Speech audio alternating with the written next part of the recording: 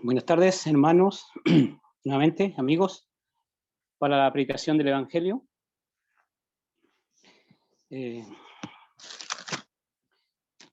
Quiero hablar acerca de, primero, cómo Dios las promesas que tenemos nosotros los creyentes. En Pedro dice, primera de Pedro, el apóstol está alabando a Dios, dice, bendito nuestro Señor, porque por su grande misericordia nos hizo renacer para una esperanza viva de la resurrección de los muertos. Y dice que tenemos una herencia incorruptible, incontaminada, reservada en los cielos, guardada para nosotros. Cada creyente, cada uno de nosotros, los que hemos creído, tiene una esperanza. Tiene una herencia en los cielos. Tenemos una herencia guardada y también dice que Dios está guardando a los suyos. Está guardando a aquellos que van a recibir la herencia. 1 Pedro 1, 3 al 4. Somos guardados, y 5. Somos guardados por el poder de Dios. Cada creyente tiene esta esperanza. Aquel que no ha creído en Cristo vive sin esperanza, vive en tinieblas. Pero mientras nosotros vamos para recibir esta herencia, vamos en un camino, por así decir, como el Señor lo dijo, en un camino angosto. Mateo 7. El camino es angosto. Para un día vamos a recibir esta herencia. Y entonces el Salmo 23, me quiero tomar el Salmo 23.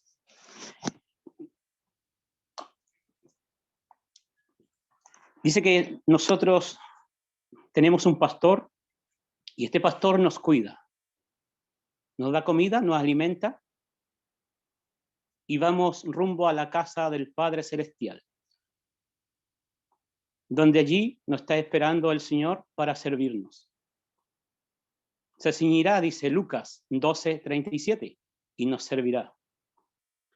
Pero mientras andamos en este camino, y el Salmo 23 nos dice que en este camino el Señor nos alimenta, nos cuida, nos pastorea, nos da descanso, pero también vamos a pasar por un camino de sombra y de muerte, por un valle de sombra y de muerte. Cada uno de nosotros, los que hemos creído en Cristo, pasaremos por este valle. Ahora, un valle en sí trae peligro. Eso lo vemos en el Antiguo Testamento. Cuando alguien pasaba por un valle, estaba en peligro, porque estaba a la vista de los ladrones y allí también se hacían grandes guerras en los valles, los que estaban en los valles. Pero este valle dice que es sombra de muerte. Es sombra de muerte. Y si leemos en la Biblia qué significa estos valles de sombra y de muerte, lo tenemos en el Antiguo Testamento más o menos unos 18 veces. Lo tenemos 4 veces en Salmos, una vez en Isaías, 2 veces en Jeremías y también donde más sale en el libro de Job.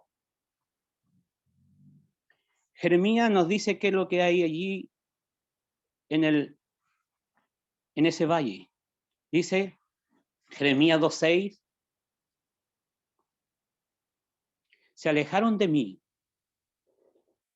Está diciendo Dios hacia su pueblo, Israel, se alejaron de mí y no dijeron, ¿dónde está Jehová que nos hizo subir de la tierra de Egipto? Que nos condujo por el desierto, por una tierra desierta, despoblada, por tierra seca y desolada, tierra de sombra y de muerte, por una tierra por la cual no pasó hombre, ni allí habitó hombre. Ahí está la palabra sombra de muerte. En este valle de sombra y muerte, aquí vemos que hay soledad, hay aflicción.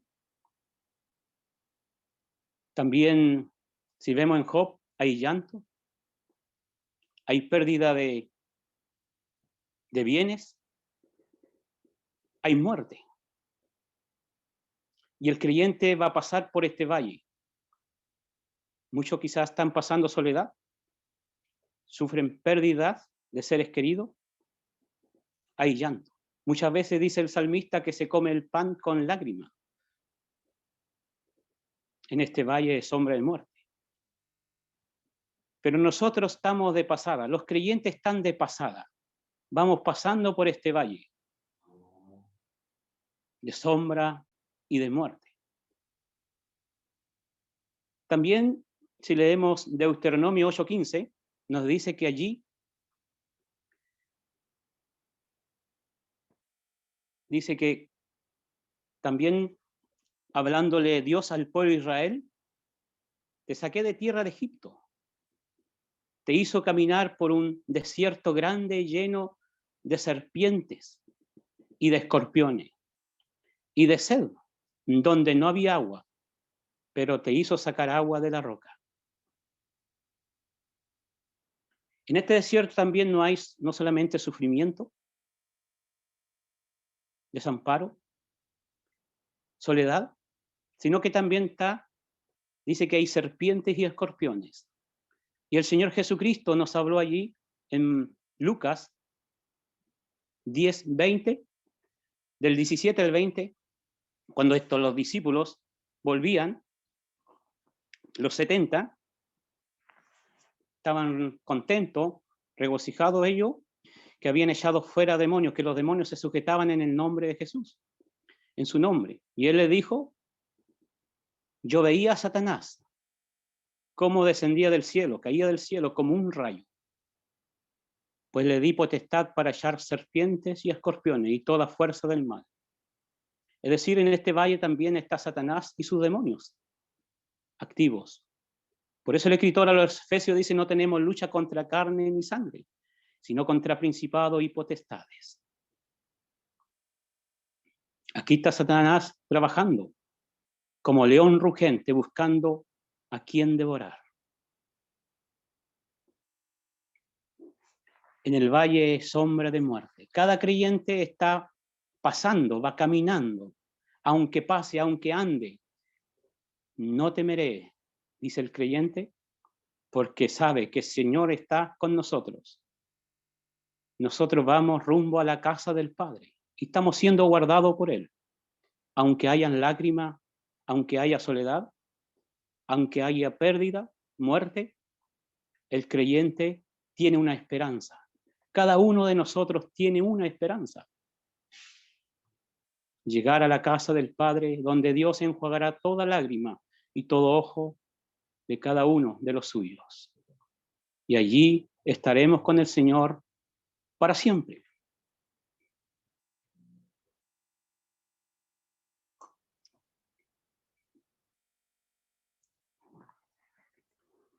El Señor Jesucristo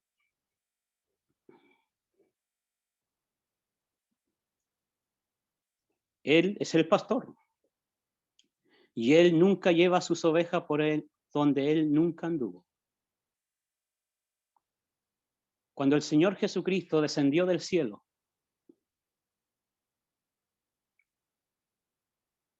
Él vino a un lugar, a esta tierra, y vino a la tierra de sombra y de muerte. El Señor Jesucristo vino del cielo, de la gloria, dejó el cielo para venir al valle de sombra y de muerte. Eso lo podemos ver en Isaías, capítulo 1, verso 2, donde dice, mas no habrá para siempre oscuridad para que está ahora en angustia, tal como la aflicción que vino en el tiempo que livianamente tocaron la primera vez a la tierra de Zabulón y tierra de Neftalí, pues al fin llenará de gloria el camino del mar de aquel lado del Jordán Galilea de los gentiles, el pueblo que estaba sentado en tiniebla, vio gran luz. Aquí vemos que hay alguien, pero no está pasando por este valle, está sentado. Aquellos que no son creyentes, ellos están sentados, están viviendo en este valle de tiniebla. Y vieron gran luz los que moraban en tiniebla. ¿Y por qué vieron gran luz? Isaías 9:6, porque un niño no es nacido, hijo no es dado, el principado sobre sus hombres, y se llamará su nombre admirable, consejero, el Hijo eterno de Dios. Vino a este valle de sombra y de muerte para dar luz. Cuando Zacarías, Lucas, escribiendo la profecía de Zacarías, padre de Juan el Bautista, Lucas capítulo 1, versos 68 y 69 y 78, dice él, alaba a Dios que ha visitado a Israel y ha levantado un poderoso Salvador. Ha levantado un poderoso Salvador. Por la entrañable misericordia de nuestro Dios, con que nos visitó desde lo alto, la aurora, para dar luz a los que habitan en tiniebla y sombra de muerte y encaminar nuestros pies en camino de paz.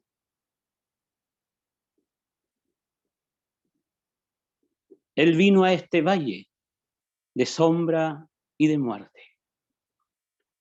Cuando llegó aquel día, alaba a Dios Zacarías, cuando él nace. Y él es como el sol de un nuevo día para iluminar la vida, darle luz a aquellos que están viviendo, morando en tierra de sombra y de muerte. Todo aquel que no ha creído, no ha recibido la luz, no ha recibido a Cristo, que es la luz del mundo, está sentado viviendo en tierra de sombra y de muerte. Cuando llega el día que el Señor comienza su ministerio,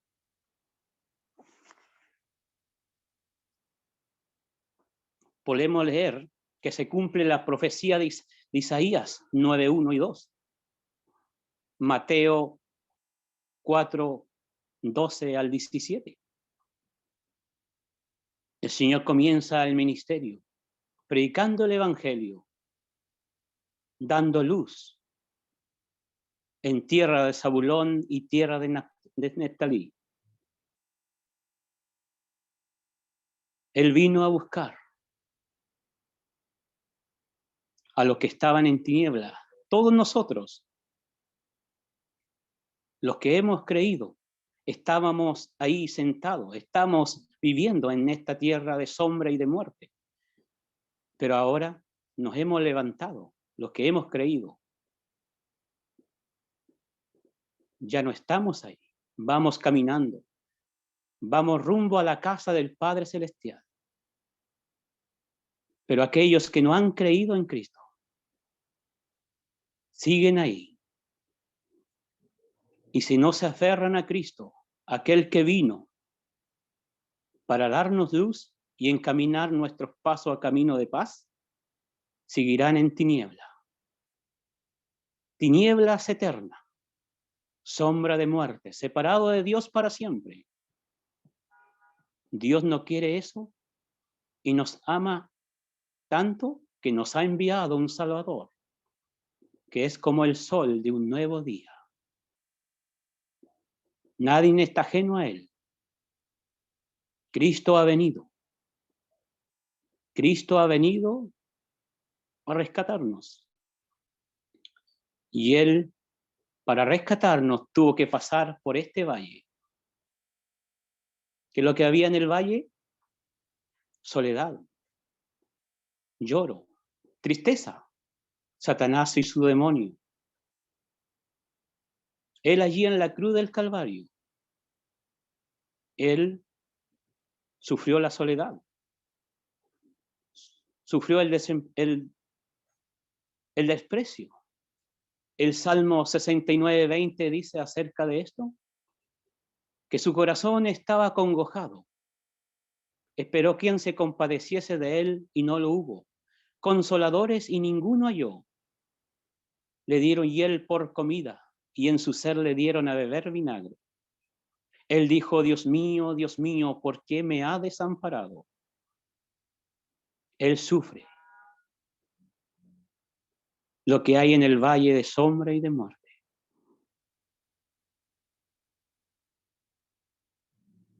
Estaba Satanás y sus demonios, están ahí. Y él luchó contra ellos, pero él lo destruyó.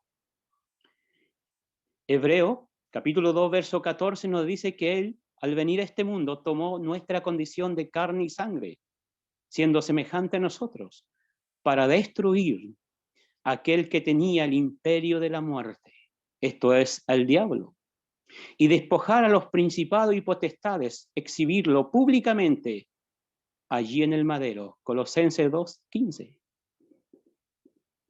Él luchó contra Satanás, luchó contra los demonios, los venció.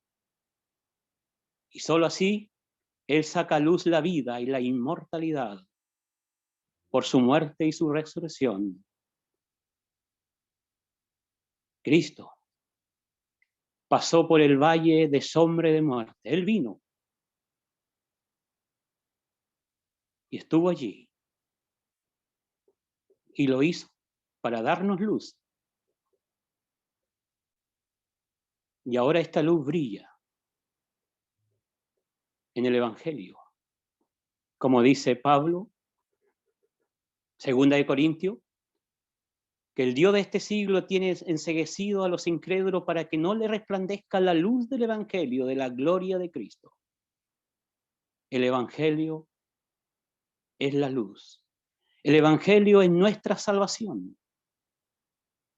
El Evangelio nos habla de Cristo y lo que Él hizo en la cruz. Murió por nuestros pecados. Él fue desamparado. Él fue castigado por nosotros. En el lugar nuestro. Fue castigado por Dios en nuestro lugar, ya que Él se hizo responsable por nuestros pecados. El castigo que debía caer sobre nosotros cayó sobre Él. Déjese salvar por Él. Él extiende su mano. Él llama para ir a la casa del Padre. Él es el camino. Y si usted va a Cristo, sus pecados son perdonados.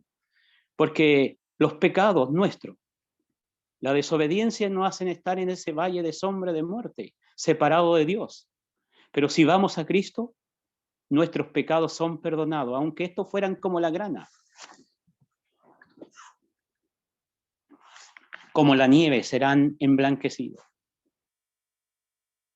Si fueran rojos como el carmesí, vendrán a ser como blanca lana. La sangre derramada de Cristo en la cruz nos limpia de todo pecado.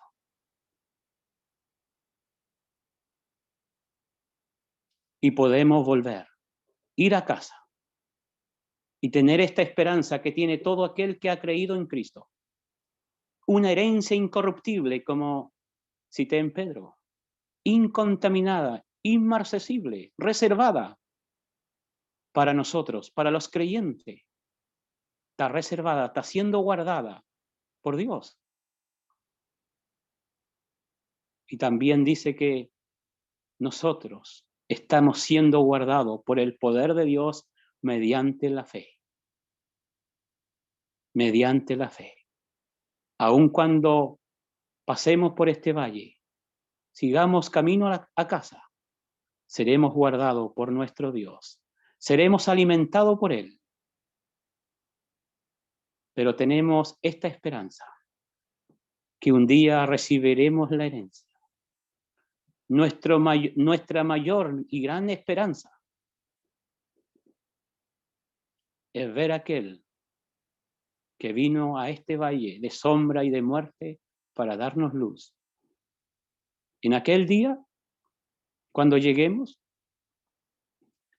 ya sea por medio de la muerte o por su venida, cuando Él venga a buscarnos,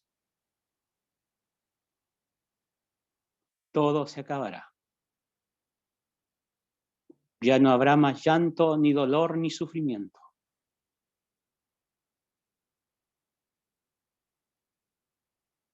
Recibiremos todo aquello que Dios ha preparado para los suyos.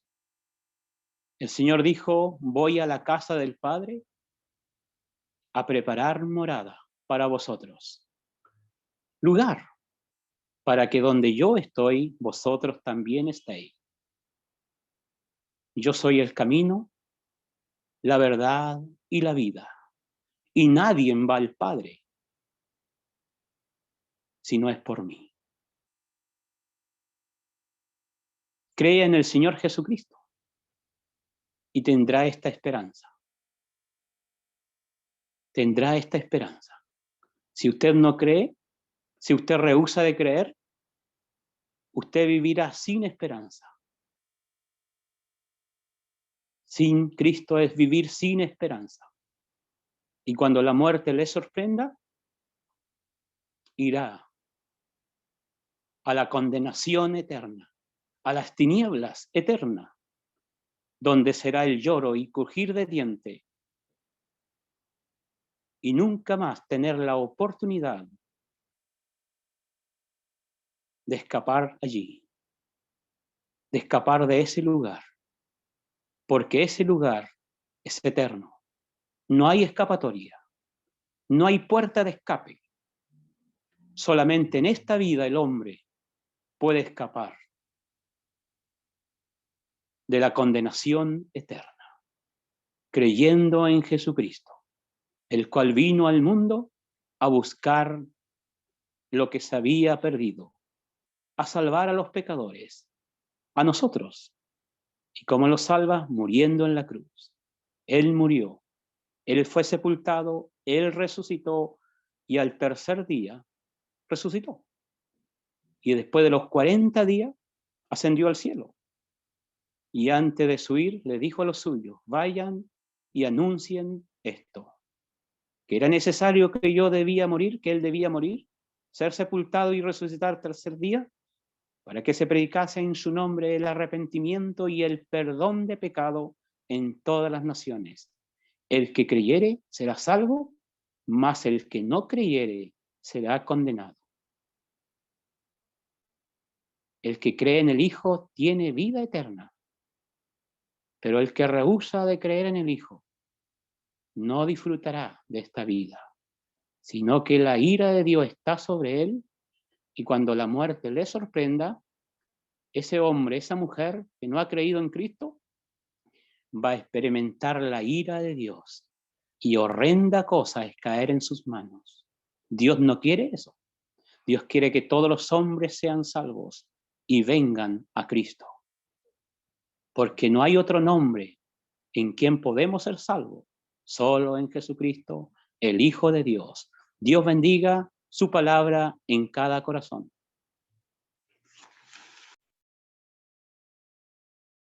Buenas tardes a todos.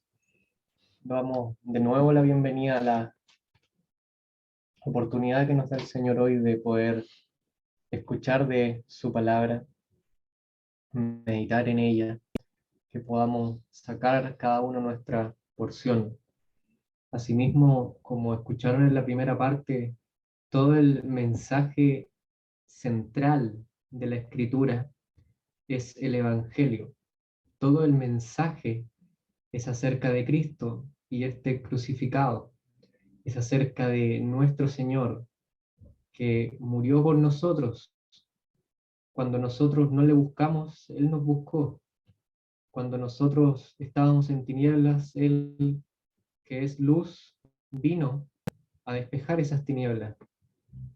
Él vino a los suyos, y aquellos que le recibieron, aquellos que le pueden recibir hoy, tú puedes recibir esta obra preciosa, puedes recibir al Señor, puedes recibirle, y por medio de creer en su nombre, tú puedes tener el derecho de ser llamado hijo de Dios. Este es el mensaje central del Evangelio, el central de la Biblia. Y en ese sentido, cuando vemos esta gloria, uno se pregunta cómo vivir en base a esta gloria magnífica que es el mensaje de aquel que murió por nosotros, de aquel que vivió por nosotros, de aquel que fue resucitado y está a la diestra del Padre, aquel que, como se dijo, el Hijo nos es nacido, aquel que nació en Belén, aquel que dio su vida en este mundo. Uno se pregunta cómo este mensaje puede afectar nuestras vidas de manera visible. Y cuando uno va a la Escritura tiene una respuesta, y esa respuesta nunca nos gusta. Es una respuesta que choca en toda sociedad, en todo momento uno ve esta respuesta y lo más probable es que no le guste. A eso se refiere la Escritura, a que a los suyos vino y los suyos no le recibieron, no en el sentido de que Dios va a sus criaturas, va a nosotros, y nosotros no le recibimos porque sea malo. Nosotros no le recibimos porque somos malos, porque su palabra es buena y es santa, y nosotros somos pecadores, y necesitamos esta obra del Espíritu en nosotros, y esta obra se va manifestando cuando el Señor está en el centro de nuestras vidas. En ese sentido, quiero que leamos un pasaje de la Escritura donde el Señor estuvo en el centro de una situación, estuvo en el centro de la vida de sus discípulos, y ellos pudieron ver un atisbo de sus vidas sin Él, y después pudieron ver un atisbo de sus vidas cuando no estaban con Él, pero se dieron cuenta que Él aún así vino a buscar y a salvar lo que se había perdido. Como dice Pablo, cuando aún eran pecadores, Él murió por ellos. Él no murió por ellos siendo ellos justos, sino que murió por ellos, por ti, siendo aún pecador, no mereciéndolo, no habiendo hecho nada para merecerlo. Y luego vamos a ver cómo esto se manifiesta a veces para vida y a veces para muerte. Pero independiente cómo, siempre, siempre el central, el que siempre está y debe estar, es el Señor. Y eso lo vamos a ver con un desayuno a orilla de la playa, donde los discípulos por primera vez tienen una visión extremadamente cercana del Señor ya habiendo resucitado, pero por primera vez Él hace algo que no había hecho en los otros evangelios, que no había hecho cuando se les apareció y Tomás pide pruebas para verle, o se aparece a María, o se aparece a Pedro y a los demás. Vamos a ver cómo el Señor se manifiesta a ellos en un desayuno. En Juan, en el capítulo 21, que es el capítulo final del Evangelio de Juan, vamos a leer y vamos a ver cómo el Señor está en una historia de pescadores sin pescado, en la primera parte, de discípulos sin su maestro y de nada más que Jesús. Ese es el tema, de pescadores sin pescado, discípulos sin Jesús y nada más que Jesús, o nada más sino Jesús. Así dice el capítulo 21 del Evangelio de Juan. Dice la palabra de Dios, versículo 2, capítulo 21. Estaban juntos Simón Pedro, Tomás llamado el Dídimo, Natanael, el de Caná de Galilea, los hijos de Zebedeo y otros dos de sus discípulos. Simón Pedro les dijo: voy a pescar. Ellos le dijeron: vamos nosotros también contigo. Fueron y entraron en una barca, y aquella noche no pescaron nada. Cuando ya iba amaneciendo, se presentó Jesús en la playa, mas los discípulos no sabían que era Jesús. Y les dijo: hijitos, ¿tenéis algo de comer? Le respondieron: no.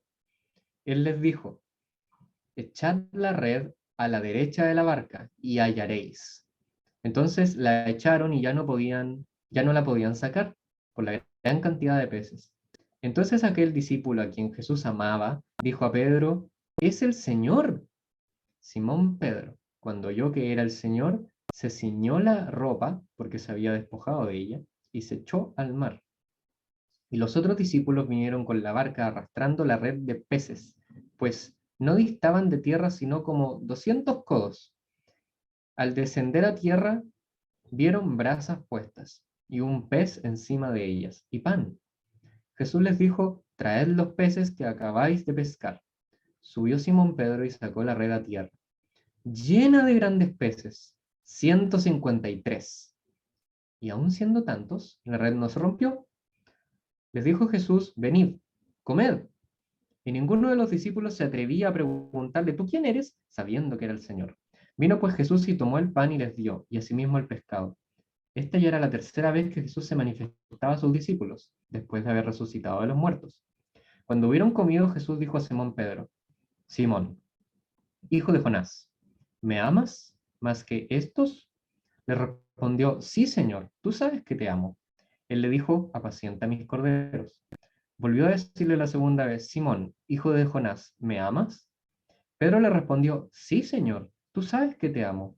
Le dijo: pastorea mis ovejas.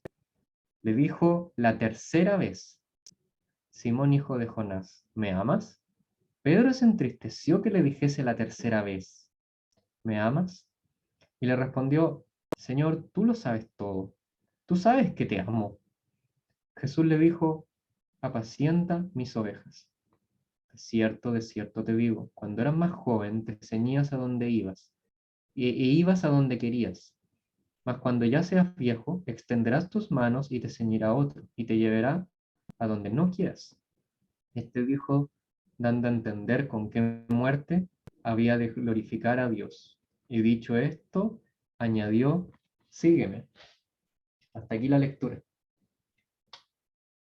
No es sorpresa que ya en predicación del Evangelio hemos visto cómo las señales que hizo el Señor Jesús en el Evangelio de Juan servían para mostrar su gloria, y esta gloria era su venida al mundo, era su manifestación a sus discípulos, sus criaturas, era su muerte y su resurrección, y esta gloria es que Él puede interrumpir en su creación caída como es, y hacerla una nueva creación, y perdonar nuestros pecados, y llevarnos a su presencia, para que donde Él está, donde estuvo desde antes de la creación del mundo, y ver lo que Él vio y ha visto por la eternidad en la presencia del Padre, nosotros podemos gozar de eso. Eso es lo glorioso. Esa es la razón de que el Señor hizo milagros, hizo señales. Y cuando llegamos al capítulo final del Evangelio de Juan, hay un último milagro. Uso las comillas porque cuando uno lo ve, algunos dicen: bueno, pero cuando ellos estaban pescando, los discípulos, él lo único que les dijo es que de un lado del barco se movieran a otro. Y eso no es tan milagroso en términos prácticos, ya que él no multiplicó los peces, solamente les dijo exactamente dónde tenían que apuntar las redes. Y es verdad, pero eso no deja de ser singular y interesante, que este es el epílogo del Evangelio de Juan, donde de alguna forma todas las señales que se habían hecho hasta ahora y todas las manifestaciones de nuestro Señor se manifiestan en una última, una comida con Él en medio. Vamos a ver de qué se trata. Lo primero es que los discípulos, siendo pescadores, no encuentran peces. Ya les había dicho el Señor y había soplado el Espíritu Santo en ellos en el capítulo 20, ya que cuando estaban los discípulos, Él en sí mismo se manifestó a ellos varias veces, les mostró que había resucitado, y en ese sentido, cuando uno ve el capítulo 20, Y uno dice, un momento, en el versículo 22, Él mandó que recibieran el Espíritu Santo. Pero según Hechos, no fue hasta varios días después de la resurrección donde ellos habían recibido el Espíritu Santo y empezó el ministerio de los apóstoles. Y uno dice, ¿cómo se soluciona eso? Bueno, es sencillo. Lo que pasó es que al final del Evangelio de Juan, el Señor permite que el Espíritu Santo esté en ellos, por supuesto, ya que no, ya que por medio de su resurrección es que ya lo podemos tener y puede Él dar eh, testimonio del Señor Jesús. Pero no es hasta Hechos, cuando ya pasaron varios días, que el Espíritu puede manifestarse de manera visible y puede ejercer los dones que se le han conferido a los discípulos en una manifestación más visible de lo que había antes, ¿ya? No es que hubo dos dar el Espíritu Santo, y no es que está autorizado una persona a dar el Espíritu Santo, recibirlo una y otra vez. Eso no es. Si tú crees en el Señor Jesucristo, eres sellado con el Espíritu. Y solo por eso eres hijo de Dios. Punto. Si no lo tienes, no lo tienes. No existe el perder, ni existe el recibirlo varias veces. Puedes contristarlo, puedes apagarlo, pero no lo puedes perder. El punto es que en estos días donde los discípulos están esperando el momento donde va a llegar la gran manifestación de hechos, ellos tienen que esperar. Y en ese sentido, cuando Pedro les dice, voy a pescar, y algunos le dicen, vamos contigo, algunos dicen, algunos toman estos pasajes, quizá tú así lo has hecho y has dicho, están volviendo a sus antiguas andadas. El Señor les dijo que fueran pescadores de hombres y volvieron a pescar pescados. Eso no se hace. No creo que ese sea el tema. No creo que ese sea el tema porque el evangelista dice que ellos van a pescar y no da señales en ninguna parte, en ningún versículo, de que eso estuviera mal. Solamente lo da como un hecho, solamente está contando acontecimientos. El narrador es muy explícito a la hora de informar cuando los discípulos están haciendo algo bueno o malo. En este caso solamente está contando. No es como cuando ellos estaban con el Señor y Él les dijo, cuídense de la levadura de los fariseos, y ellos en su mente dijeron, lo dice porque no compramos pan. Y el Señor inmediatamente los mira y les explica a qué se estaba refiriendo, ya que ellos no entendían. En la última cena también pasó eso, que ellos decían cosas y el narrador mismo decía, esto decían porque no entendían. Pero acá no, acá es simplemente vamos a pescar. Necesitan comer, son personas, tú eres persona. ¿Ya? Y el punto es que ellos van a pescar, pero de alguna forma lo que enfatiza esta historia no es que ellos se alejen del Señor, sino que Él se acerca a ellos, ya que cuando están pescando y no pescan nada, durante horas se acerca el Señor a ellos y les dice dónde tienen que pescar. Este no es un tema de que ellos se alejan, sino que es un tema de que el Señor tiene que ser central en sus vidas y Él tiene que estar sí o sí en sus vidas. No existe la parte de tu vida donde haces cosas que son para el Señor y las partes que no. No existe bueno, yo hago mi trabajo y esto no puede ser para Dios, pero mi lectura de la Biblia y mi oración y mis idas a escuchar la palabra, sí, no. O toda tu vida pertenece al Señor o nada. No hay un eje intermedio, no hay un más o menos, no hay una balanza que puedes tirar para uno de los dos lados. Toda tu vida tiene que ser del Señor o nada. Esto es lo primero. Esto es lo primero que nos trata de mostrar el evangelista al final. Nos trata de mostrar que a los suyos vino, y si son suyos, tienen que ser de Él. Y Él vino a manifestar su gloria, y Él vino para que aquellos que son de Él le pertenezcan a Él, en sus vidas y en sus muertes. La vida perdonados, la vida en base a la muerte de la cruz es preciosa, porque tú puedes ofrecerlo todo al Señor. Cuando el Señor Jesús murió por ti, lo que hizo es que estaba perdonando todos tus pecados. Antes no había nada, o si no has creído, no hay absolutamente nada bueno que puedas hacer para Dios. No porque no tengas la capacidad de hacer cosas buenas, ¿ya? Que eso quede claro. No porque no tengas la capacidad de ayudar personas o de donar de tus bienes. Ese no es el tema. El tema es que cuando lo haces en base a una naturaleza pecadora, en base a una vida no perdonada, en base a una vida lejos de Dios. Pero cuando eres rociado con la sangre del Señor y eres perdonado y crees en que en la cruz Él murió por ti, entonces todo lo que haces desde ahora, todo tu presente y todo tu futuro, y todo lo que pienses y todo lo que hagas, lo haces como un hijo. En ese sentido, las cosas donde nos alejamos y donde fallamos y donde nos equivocamos pesan más, ya que no estás pecando como un enemigo de Dios, estás pecando como un hijo y necesitas corrección y necesitas alejarte de esas cosas. Y todo castigo o toda corrección que te manda el Señor no es para mal, es para bien. Nota que los discípulos, es interesante que el Señor le dijera hijitos, quizá aludiendo a la introducción de Juan, donde dice que los que le recibieron tienen potestad de ser llamados hijos o hijitos de Dios. Y en ese sentido, ellos no estaban logrando mucho.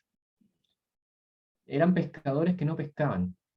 Y lo triste es que ni siquiera estaban pecando, no se estaban equivocando. El tema es que lo hacían como hijos. Así que en todo momento podían tener seguro que el Señor iba a llegar, en cualquier momento. No le reconocieron cuando llegó, pero tenían que reconocer. En ese sentido, tu vida puede que esté en el peor momento que has sentido en años, en lo peor que puede estar, pero tienes que recordar una cosa, sea como sea, el Señor va a venir. Va a venir. Él no falta a sus promesas. Y cuando te des cuenta que Él vino y que él viene, te vas a dar cuenta todas las veces en tu vida en que Él sí intervino para bien, para gloria, para redención. Te vas a dar cuenta todas las cosas que no te gustaron de tu vida, donde la mano misteriosa y preciosa del Señor estaba orando. Él nunca falla y Él tiene que estar. ¿No es mejor pedir su presencia en nuestras vidas? Si no has creído en el Evangelio, así como dijo mi hermano, tienes que creer. Cree en que Él murió por ti.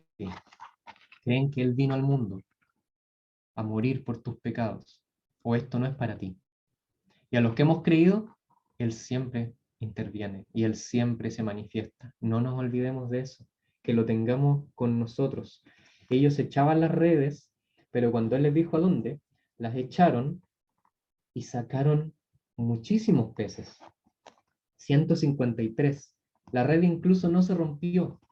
En Lucas hay una historia muy parecida, pero al inicio del ministerio del Señor, donde las redes sí se rompían, pero ahora al final del ministerio del Señor, cuando los discípulos ya han visto de todo y están a punto de ver cómo su maestro se va y se quedan solos, las redes no se rompen. Aquí sí está la presencia permanente y perfecta de Dios en nosotros, ya que no está con nosotros, ahora está en nosotros para siempre. Que el Señor añada bendición a saber que Él está en nosotros. Él los invita a una comida, los invita a un desayuno, donde Él también era el centro, donde Él invitaba a comer. Es interesante que ellos traen los pescados, pero el Señor ya tenía pescados en la fogata.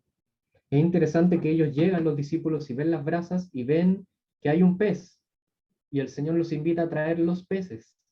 De alguna forma Él ya tiene todo servido, y aún así admite que ellos vengan con todo lo que traen. Es notable porque después Él los recibe y come con ellos. Así como cada oportunidad que tenemos al primer día de la semana de poder tomar un pan y una copa y poder celebrar que Él está en medio nuestro, su muerte anunciar hasta que Él venga, así los discípulos empiezan lo que será el final de su ministerio y el inicio del ministerio del Espíritu por medio de ellos. Pero ese es el punto. Jesús tiene que estar. No hay vida alejados de Él. Todo lo que hacemos tiene que ser para Él. Todo lo que hacemos va a ser para Él. No es mejor invitarlo. Pero luego hay un tema. Acá hay discípulos sin su maestro. Acá hay una rememoración de un momento en la vida de un discípulo, Pedro, donde él estuvo lo más alejado posible de su Señor. Enfrente de las brasas, en el calor de la de este fuego, y en el final de la noche, el Señor le hace tres preguntas, así como en la noche donde el Señor fue entregado, y al calor de las brasas, Pedro se arrimó y le hicieron tres preguntas, y en las tres negó a su Señor. Ahora, al calor de las brasas, pero ya no iniciada la noche, sino a punto de llegado el amanecer, el Señor le hace tres preguntas. Y esta es una, de alguna manera, restauración de Pedro. Lo que le dice es si lo ama. Muchos han hablado acerca de estos versículos, y la NBI y la Reina de la Biblia de las Américas, cuando el Señor le pregunta a Pedro si lo ama y él le responde que sí, lo traducen como Pedro, ¿me amas? Y él le dice, tú sabes que te quiero, dice la NBI o otras versiones. Y la segunda vez, ¿tú sabes que me amas? O sea, perdón, Pedro, ¿me amas? Y él responde, tú sabes que te quiero. Y en la tercera vez, Pedro, ¿me quieres? Y cambian el verbo. Señor, tú sabes que te quiero. Y eso es una interpretación interesante, ya que en el original, claro, las palabras que usa el Señor y las que usa Pedro para hablar de amor, sí, son distintas. Pero yo creo que en ese caso la NBI, la de la América, la embarró un poquito, porque no captaron exactamente la idea del versículo. La idea no era poner dos clases de amor, como que el Señor ama más a Pedro y Pedro solamente lo quiere, y en algún momento el Señor tiene que bajar su nivel de amor y decir, ok, ya, me quieres, como para, y eso fue lo que le dolió a Pedro, porque acá ni siquiera sale que la tercera vez que le dijere lo ama fue la que le dolió. La idea era que le dijese por tercera vez una pregunta, porque él ya con eso captó que la imagen era de esa noche donde lo traicionó. El tema es este. Cuando el Señor va con Pedro, le recordó el momento donde él estuvo sin su Señor y donde él pensaría que tiene que restaurarse, que tiene que restaurarse. Y para los lectores del Evangelio en este momento sería muy, muy, muy chocante, ya que en esa época había personas que estaban negando a su Señor y no lo negaban como, oye, ¿y tú eres cristiano? No, o sea, sí, pero leo la Biblia como algunos le piensan que le niegan. No, esto era más serio.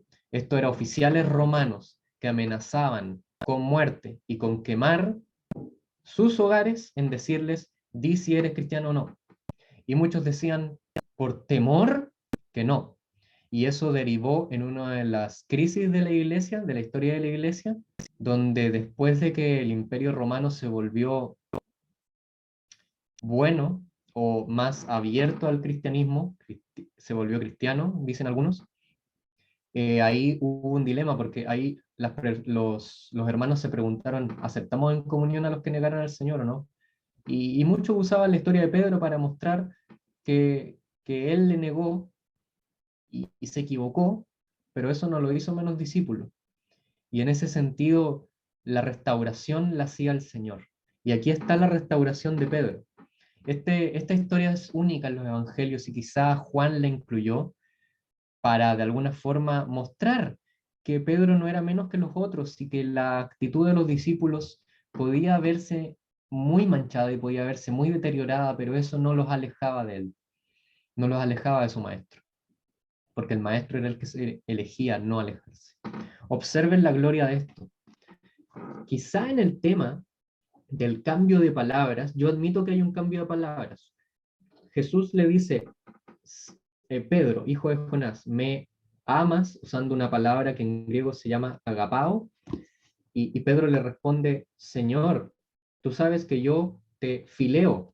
Y esas dos palabras son súper válidas para hablar del amor de Dios. Jesús dijo que amaba al Padre en el capítulo 3, diciendo el Hijo agapao al Padre, pero después en el capítulo 5 dice el Hijo fileo al Padre. Él usó las dos.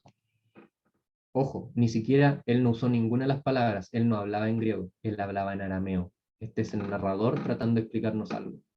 Y en ese sentido, cuando el narrador nos pone este cambio de palabras, el tema no es tanto que Pedro no tenía la capacidad de amar más al Señor y que su amor era deficiente. El tema era más que había una distinción o un gran abismo de lejanía entre la gloria de Dios y lo máximo que puede hacer el hombre. Y lo notable es que en el momento de mayor debilidad, de pecado, de muerte, de merecer el juicio de Dios, el que cambia, el que cambia no es el hombre. El que cambia, si pudiéramos usar una palabra, sabiendo que Dios no cambia, es Dios. Porque Él viene al mundo. Él toma forma, Él toma un cuerpo de hombre y viene a este mundo sin dejar de ser Dios, se vuelve material, siendo espíritu, adquiere un cuerpo sin dejar de ser espíritu. Dos naturalezas, al que solo tenía una. Increíble. Y no solo eso, toma la muerte por nosotros. Increíble. Y no solo eso, resucita por nosotros. Aquí se ve la obra de la cruz. Porque cuando no podíamos salvarnos a nosotros y lo máximo que podíamos hacer era un amor totalmente válido, pero que tiene una diferencia con cómo es Dios. Dios no nos mira y nos exige que cambiemos y que nos esforcemos más. Dios es el que va y se humilla por sus criaturas y se rebaja. ¿No dan ganas de servirlo así? ¿No dan ganas de creer el Evangelio? ¿Acaso no nos da un poco de vergüenza ver que Él hace todo esto y ver lo poco que hacemos por Él? Ah, pero aquí está una eterna verdad. El Señor le dice, sígueme. Y cuando, si quieren, pueden leer del versículo 20 al 25, se muestran dos situaciones. Desde el versículo 18 se ve lo que va a hacer de Pedro. Cuando en el versículo 18 dice, extenderás tus manos y te ceñirá otro, la palabra extenderás tus manos se usaba en la antigua Roma para hablar acerca de los que extendían sus manos para ser llevados a la cruz. Lo que está diciéndole el Señor es que eventualmente Pedro, su forma de fallecer sería en crucifixión. La historia nos muestra que fue así. Y cuando nos habla de Juan, que es el discípulo amado, nos dice que todavía no iba a fallecer, y eso es verdad, ya que en la época donde este evangelio fue escrito, el discípulo amado, que es Juan, que duró hasta el año 90 aprox, escribió cuando Pedro ya se había ido, donde ya había sido crucificado al revés, según nos cuenta la historia. Y en ese sentido nos muestra dos cosas, ya sea que vivamos o que muramos, del Señor somos, ya sea que vayamos a un lado o vayamos al otro, no somos nosotros los que elegimos nuestros destinos, sino que es el Señor el que tiene todo, todas nuestras vidas guardadas en su mano están nuestros tiempos, en su mano está nuestra eternidad. ¿No es mejor encomendarnos a aquel que cambia las edades, que pone reyes y quita reyes, que está sobre toda la creación y alabarle? Este epílogo es precioso, porque así como en la introducción el verbo se hizo carne, aquí en el epílogo, el verbo muestra el haberse hecho carne por sus criaturas y poner un tabernáculo en medio de ellos, en que ese tabernáculo no se va a quitar y que por medio de que el Espíritu está en nosotros, podemos alabarle, podemos estar con Él, hoy de manera imperfecta y algún día por la eternidad.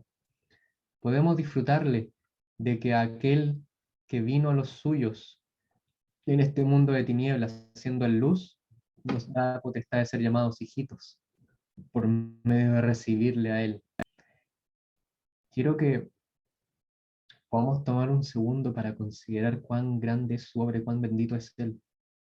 Cuando pecamos, Él no va a humillarnos, Él no viene para humillarnos. Él no le dijo a Pedro, me negaste, me negaste, me negaste. No, le dijo si lo ama. Y aquí está la gran prueba de que somos hijos de Dios, en que amemos a los hermanos, que no hablan bien de nosotros, que no hacen lo mejor por nosotros, que nos cuesta amarlos como a otros, que nos dificulta la vida, pero los amamos. Cuando no nos aman, cuando nos cuesta, nos vamos volviendo un discípulo amado. Nos vamos volviendo como uno que sigue al Señor, como uno que confía en la voluntad del Padre. Esa es la idea del Evangelio de Juan, haber revelado la gloria del Señor por medio de señales, por medio de discursos, por medio de una vida entregada, para que nosotros nos volvamos una vida entregada. Si Él se entregó por nosotros, ¿cómo no nos entregaremos por Él? Si Él se entregó a sí mismo por nosotros, ¿cómo nos negará algo? Si Él quiere que permanezcamos hasta que Él venga, y si quiere que otros no permanezcan o que no permanezcamos hasta que Él venga, nos preocupa, nosotros le seguimos y sabemos que Él está en nosotros y sabemos que le podemos seguir porque Él es confiable. Y al final del día, sabiendo que aún si todos los libros del mundo fueran llenados con las cosas que Él hace, no cabría la capacidad o el tiempo, ni siquiera los recursos para llenarlos, sabemos que esto es un atisbo de lo que va a ser en la eternidad. Si acá podemos verle, allá podremos verle por toda la eternidad.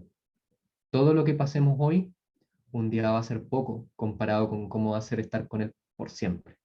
Todo lo que sufrimos hoy, un día va a ser poco, viendo la eternidad de gloria que tenemos. Y por eso que el Señor bendiga su palabra y que podamos apreciar lo glorioso que es poder ser discípulos perdonados con la sangre del Señor, glorificados y hechos hijitos que viven para su Padre, y ya sea que vivamos o que muramos, que del Señor somos y que con todo nuestro corazón le sigamos. Vamos a orar para terminar la reunión.